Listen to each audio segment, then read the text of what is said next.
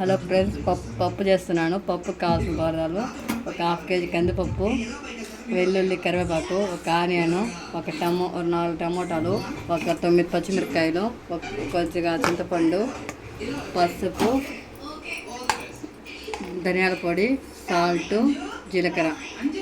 పప్పు తయారు చేశాక మళ్ళీ నెక్స్ట్ వీడియో వస్తుంది. Please subscribe to my channel. Hi friends, నా చూపించాను కదా పప్పు బాగా ఒక 2 సార్లు వాష్ చేశాను.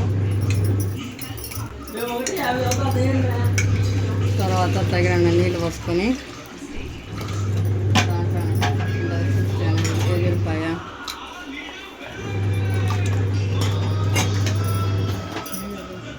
టమాటో, చింతపండు, పచ్చిమిర్చి పళ్ళు మొత్తం వేసి పెట్టుకోవడమేమో. నెక్స్ట్ పార్ట్ మళ్ళీ వస్తుంది. మళ్ళీ ఇంకోసారి మళ్ళీ పెడతాను. దాంట్లో చూడండి మిగిలింది అన్నీ వేసాక ఇలా వస్తుంది. ఇట్లా ఉన్నది. పప్పు కంప్లీట్ అయిపోయింది. పప్పు తిరుపతికి ఏం లేదు. నూనె వేసి కొద్దిగా ఆవాలు, కరివేపాకు వేస్తే పప్పు తర్వాత వేయడం, ఆయనకు వస్తే లేక ఆపేయడం. అంతే, పప్పు రెడీ అయిపోతుంది.